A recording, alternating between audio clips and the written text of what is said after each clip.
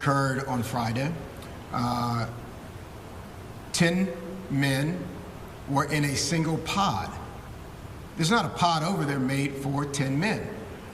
There were monitors that should have been watched that would have observed these individuals getting into that first floor pod. Derek Groves, the person's case that I personally tried, and he was on trial for a double homicide. There are rules and protocols for correctional facilities. I've toured that jail. I've seen that jail before it was occupied by inmates with former Sheriff Guzman.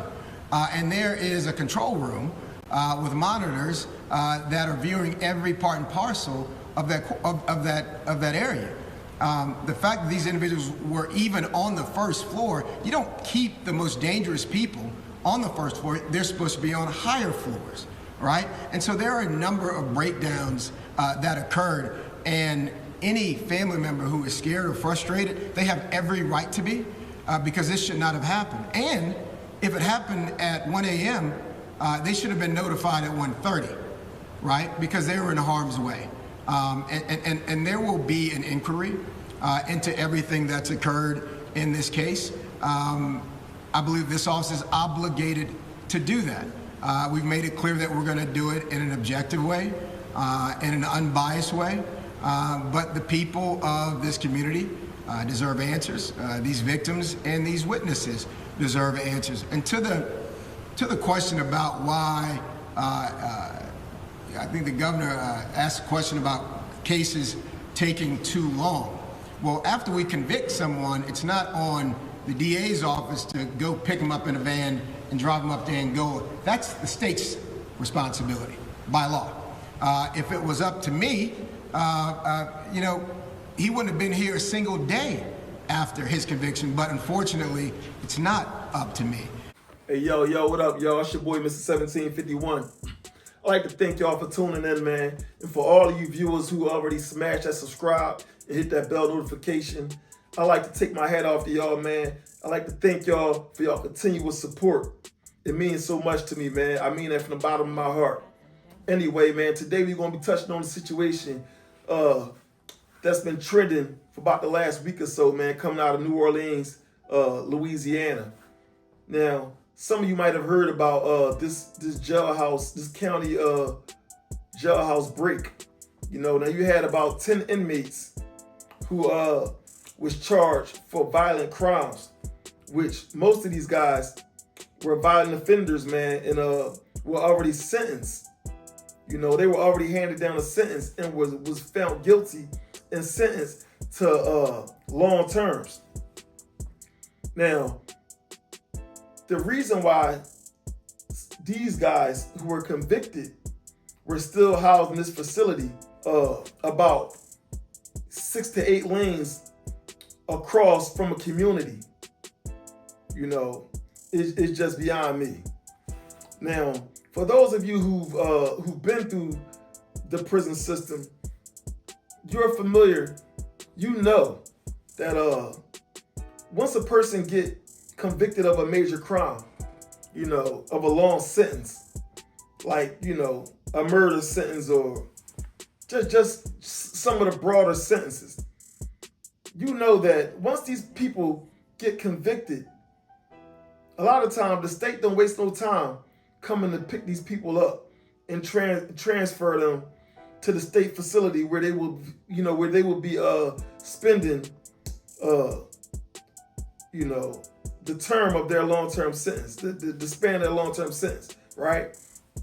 Now, the reason these guys were still in a facility that was underfunded, a county facility that was underfunded already, that was already struggling, it's just beyond me, man. It don't make any sense at all, man. Now these situations they're always unfortunate because you got families of the victims, man.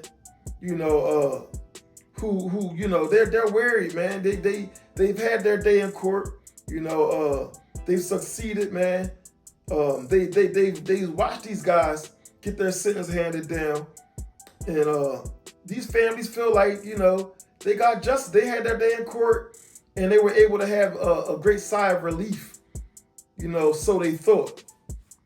Now, that's why I say when situations like this happen, man, it's always unfortunate, But although it's unfortunate for everybody, the family of the victims, district attorney, the mayor, it's unfortunate for everybody, man. And it's embarrassing, right, to say the least. But although it's unfortunate for everybody else, it is a fortunate moment and a fortunate event for the escapees. It's a risk well worth the reward. Now these guys, some of these guys, man, they were already sentenced, to major crimes such as murder, right? Like I was saying, to be able to be left alone for enough time to be able to execute on an elaborate escape, such as the one that you seen that we're viewing. When you seeing these young guys, man, prying at a door, man, and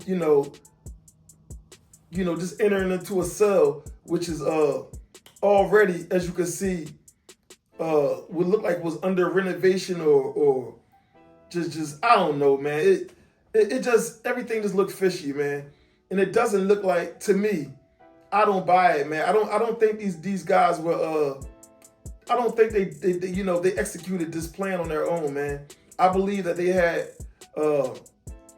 had assistance within the facility, man, by by an employee of some sort, whoever, whether it was maintenance, a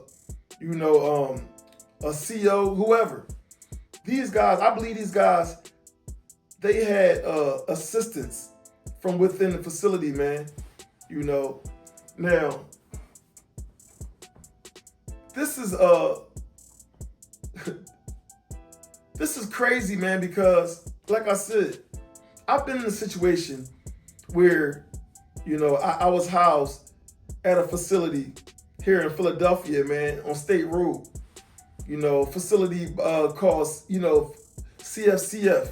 A lot of you may be familiar with, CFCF on State Road. I've been an inmate at CFCF, many years ago. But I recall serving time on State Road and being housed on A block, which was a kitchen block, where it wasn't a kitchen on a block, for those of you who don't know. It was a kitchen block because there was a block where, that's the block where the kitchen workers, are housed at. And I was fortunate to get, housed in that block. And I was one of the guys who got a job down in the kitchen. And when I was working in the kitchen, I was, I worked on the line, I worked in the freezer, and I also worked on the dock. The dock where the Airmark employees, they bring that truck in, they back it in, and I was one of the guys who unloaded the food off the dock, took it to the freezer, prepped the food and all, just all of that, right?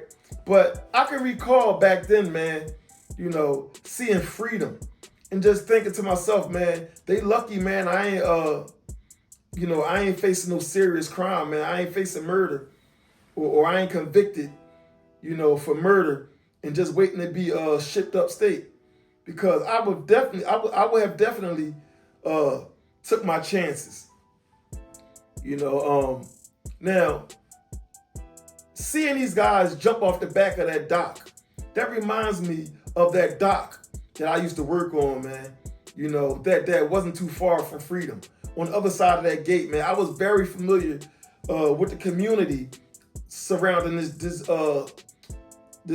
facility that I was housed in, right? And I knew on the other side of that gate, there wasn't no prison guards, man.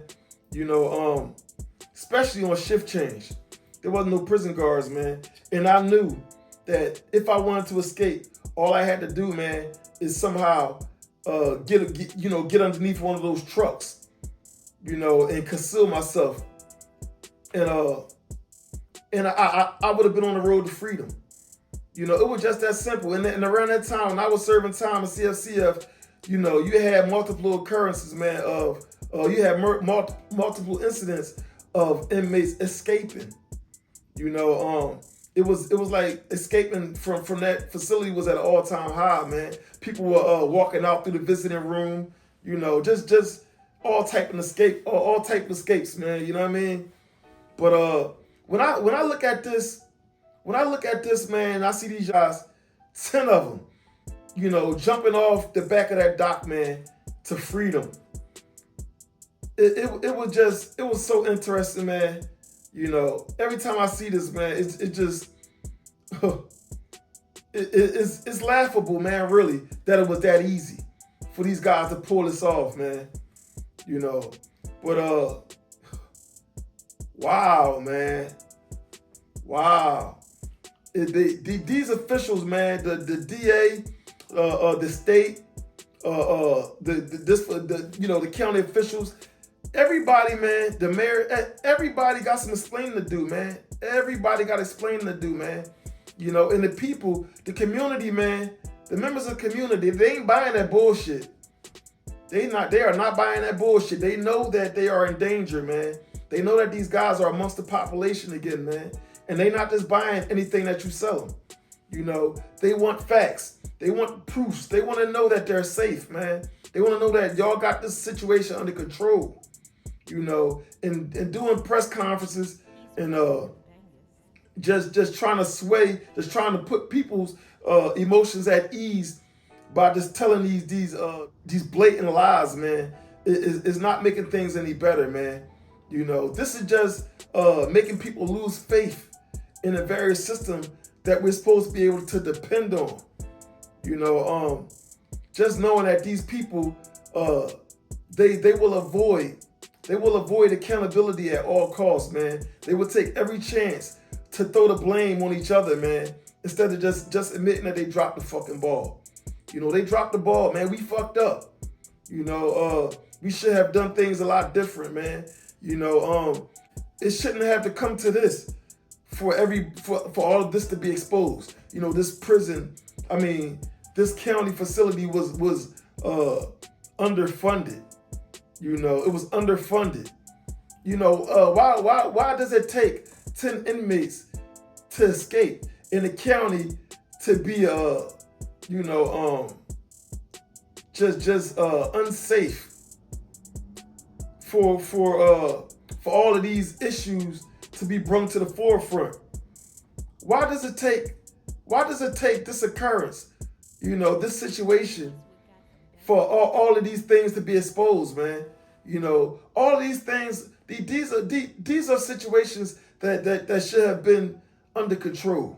There is no way you should have violent criminals, housed in a facility on a unit that's not designed to have this many inmates in that section at one time. Let alone have a guard that is just so naive that they step away from the post long enough for these guys to pull off yet an elaborate escape, such as the one that we see on our TV screens, man. All across social media, on our phones. It's just laughable, man. Although it's unfortunate for the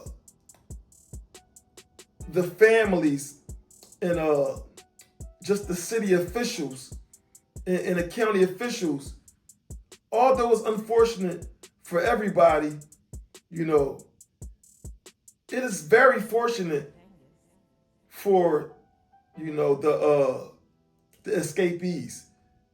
I have to say, man, when you're a person facing a life sentence and they're dragging their feet. They're dragging their feet on shipping you to your housing, your state facility where you're going to serve the rest of your life. They're dragging their feet. Every day that they drag their feet is another opportunity for guys like this, to take a shot at freedom. And when you got people within the facility who are naive, who don't realize, or maybe they do realize, and we're part of all of this unfolding. When you have people in a facility who are leaving doors open, man, for opportunity to be taken, you can't be surprised, man, when a violent criminal capitalizes on a mistake. You can't blame them, man. You cannot blame them. This is yet another situation where the facilities have yet to do what they promised, the community and just the people at large, to uphold, just to uphold their duties, man, as county officials, man, to do what they're sworn in to do, man, and that's to make sure that they bring justice to the families of victims, man, and by putting these violent criminals away. These people, they dropped the ball, man, and as you can see, man, like always, they refuse to take accountability, man. As you can see, man, this lady, they asked her, is she gonna give the community and the families of these victims some type of apology, man? Just say, just let them know, man, that you're sorry, man, that this happened. Not that you're sorry that you did something personally, but just let the families of these victims and the community know that, y'all take accountability for dropping the ball, man. It's just as simple. It's just simple, man. But when you refuse to take accountability, it speaks volumes, man. It says that the system that we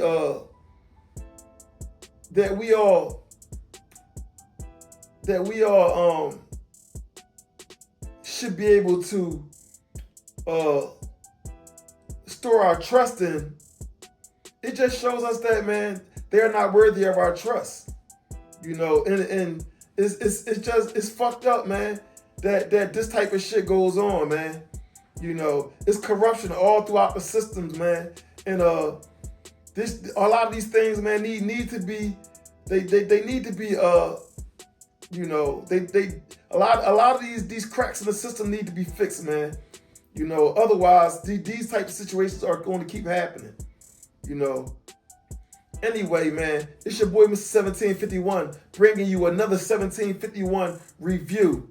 And until next time, y'all stay up. Hey, if you enjoy watching videos like these, make sure that you like, comment, subscribe. Help your boy get into the algorithm so that I can continue to bring you more videos just like the one you just watched. Anyway, until next time, y'all stay up. 10 men were in a single pod. There's not a pod over there made for 10 men.